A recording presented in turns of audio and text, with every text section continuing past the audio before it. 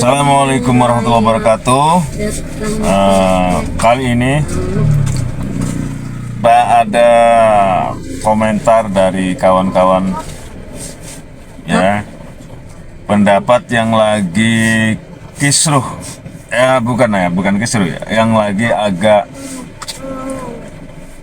trending. Yang pertama kasus Vina ya, sebelum 7 hari kalau nggak salah tuh. Nah, yang kedua kasus Habib. Maksudnya kasus Habib ini adalah agak keluar lagi kontroversial antara pendapat ulama dan pendapat teman-teman. Apapun itu ya, saya mau menanggapi terkait dengan Habib.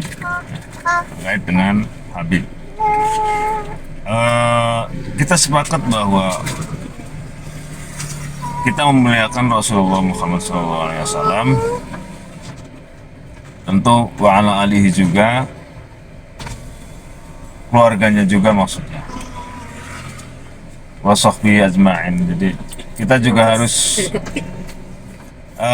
harus menghormati keluarga, sahabatnya, dan tentu pengikutnya. Dalam hal ini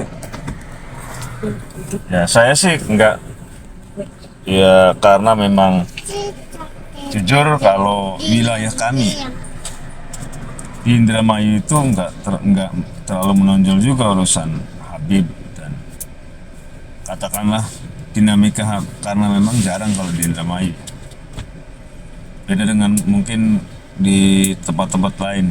Sehingga kalau kami biasa sebetulnya nggak terlalu mengkultuskan, atau ya kita hormat bahwa memang kalau keturunan Rasul ya kita wajib hormat, kita harus menghormati keturunan Rasul. Tetapi kalau bukan ya bukan berarti kita kemudian mencela, bukan berarti kita kemudian mencela. Persoalan genetik itu juga penting saya kira, supaya memang, karena di Indonesia itu ya agak ini, harus kita akui kalau Indonesia ini banyak sekali istilahnya masih, katakanlah mayoritas muslimnya masih tradisional lah, sehingga kadang pengultusan yang tidak berdasar juga kadang-kadang ya diterima sebagai sebuah pepakem, karena memang tradisinya begitu. Indonesia luar biasanya di situ. Tetapi memang ya saya sih sepakat kalau genetik Rasulullah harus bisa dibuktikan. Sebetulnya nggak ada pengaruhnya nanti terbukti bahwa dia genetik Rasulullah atau bukan. Tidak ada ngaruhnya bagi kita, saya secara pribadi. Karena memang barometer kita menghormati, tidak menghormati, mematuhi atau tidak mematuhi, itu kan barometernya nanti ukurannya bukan hanya siapa dia, tetapi juga apa yang dia lakukan juga, kan begitu, teladannya seperti apa dan lain sebagainya. Jadi penting kiranya bagi para habaib juga untuk menyikapi dengan dingin, dan juga ulama-ulama kita juga mesti mensikapi dengan ya standar etikanya juga ya minimal di inilah, saya kira, supaya tidak terkesan ini. Kalau yang saya tangkap secara ini ya, yang satu kemudian dengan berapi-api, yang satunya juga dia membantah dengan sekeras-kerasnya. Artinya saudara-saudara sekalian, teman-teman sekalian, kita terjebak pada wilayah nanti wilayah konfliknya. Kita terjebak pada wilayah katakanlah gini, kalau musang ketemu musang ya begitulah. Artinya pertikaian yang tidak ini tinggal. Nah, memang dinamika Habib, dinamika ini ya di kita Indonesia kadang begini sih ya. Kadang-kadang ya oknum-oknum Habib juga banyak sekali, bahkan tidak satu dua orang yang sangat gampang sekali. Kadang-kadang dia hanya kemiripan dengan orang Arab dan mengaku-ngaku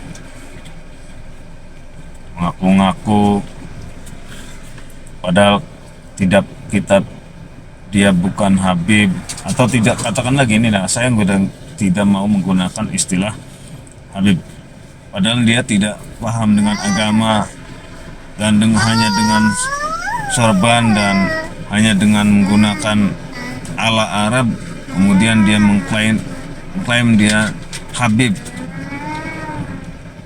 Karena di Indonesia itu Habib itu diidentikan dengan ulama juga. Ya, ini yang dikhawatirkan ada penyesatan. Padahal dia bukan ahlinya.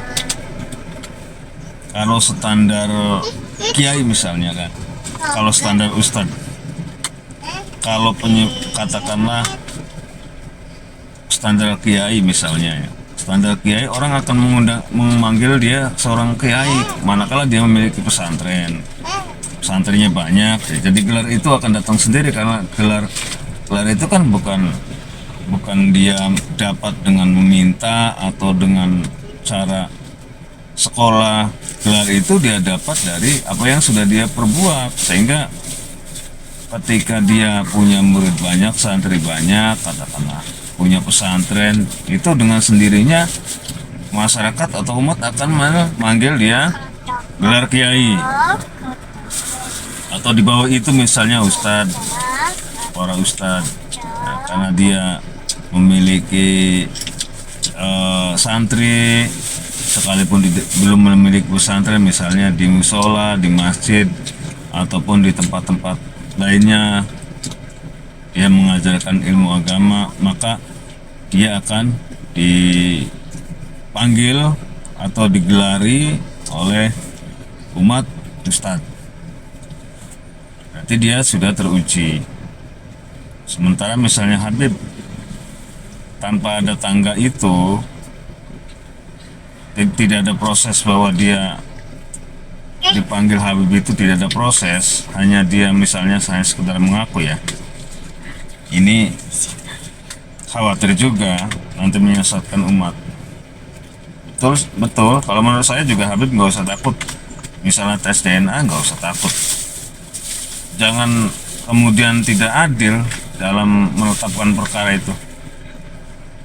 Dia mengatakan bahwa tes DNA haram.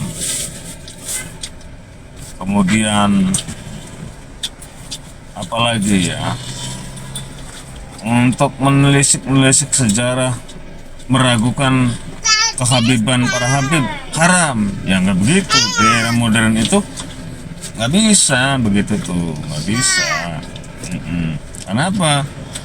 Kalau tes DNA saja dia katakan bahwa itu produk Amerika, Israel, Inggris. Lantas mobil para habib dengan merek Arpad, kemudian merek-merek mahal itu punya siapa, milik siapa? Kan itu ya maksudnya mengadili perkara itu ya, kita juga harus fair. Jadi misalnya ya, handphone misalnya ya, yang kecil-kecil dulu handphone itu siapa yang bikin?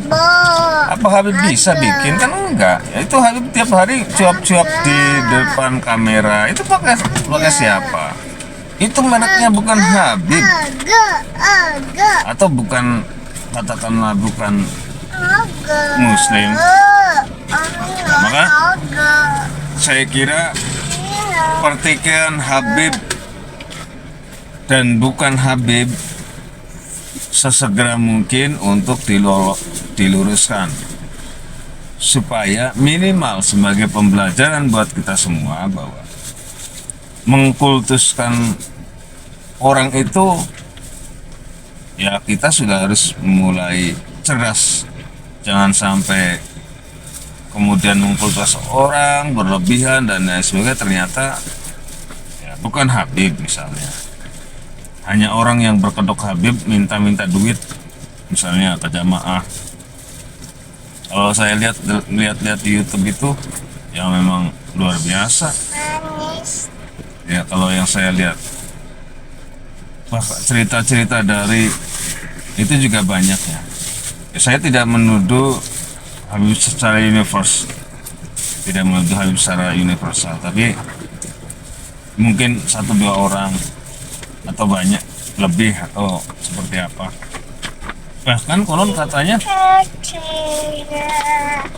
seringkali meminta istri si Kiai Habib itu dengan alasannya itu,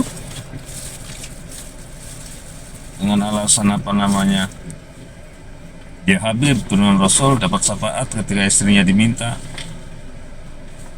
gauli, kan udah nggak waras itu, udah jauh, itu udah sangat jauh dari ajaran kita umat muslim. Balik lagi ke persoalan Habib dan tidak Habib. Jadi jangan khawatir Beb, Habib tidak Habib di mata Allah tetap kata Allah, wa ma khalaqtul jinna wal insa illa liya'budun. Habib tidak Habib, manusia kita ini selama kita konsisten menjalankan ibadah, menjalankan ajaran-ajaran Rasulullah, menjalankan perintah-perintah Allah, menjauhi larangan Allah, tenang, tiket surga Beb.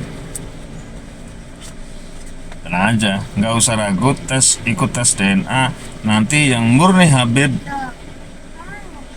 ya untuk kita kembalikan lagi. Memang kalau dia murni Habib ya kita juga hormati betul bahwa dia turunan Rasulullah. Ini gara-gara oknum turunan Rasulullah yang kemudian memanfaatkan situasi dan kondisi, ataupun yang mengaku-ngaku turunan Rasulullah. Saya tidak mendiskreditkan Habib, tetapi mungkin mengaku-ngaku Habib. Contoh pada kasus Habib Novel ya. Maaf saya sebut nama ya. Contoh kasus Habib Novel, dulu dia tidak pernah mengklarifikasi bahwa Habib Novel, nah setelah begitu ada kejadian waktu itu ya kontroversi FPI dengan pemerintah waktu itu kan, baru kemudian dia menyatakan bahwa Habib itu kebiasaan dari kecil dia dipanggil. Ya, orang awam juga tahu, masa Habib kok kulitnya lebih hitam dari saya, kan gitu. Hidungnya lebih mancung, lebih pesek dari saya, kan gitu.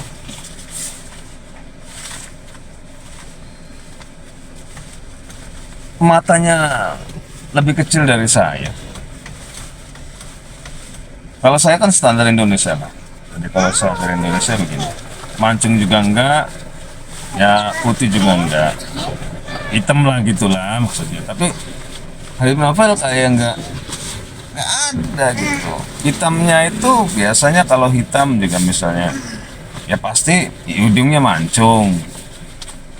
Nah, oke, para Habib semuanya, para santri, umat muslim semuanya, Pak Kiai juga, salam hormat. Mari kita kembalikan lagi ke relnya. Jadi kita sampaikan juga dengan akhlakul karimah juga. Jadi saya mengkritis bukan untuk Habib saja, untuk Pak Kiai juga. Santai bos, yuk kita ngopi. Kalau nggak mau ngopi ngaji. Ya maklum, saya masih belajar. Oke, assalamualaikum warahmatullahi wabarakatuh.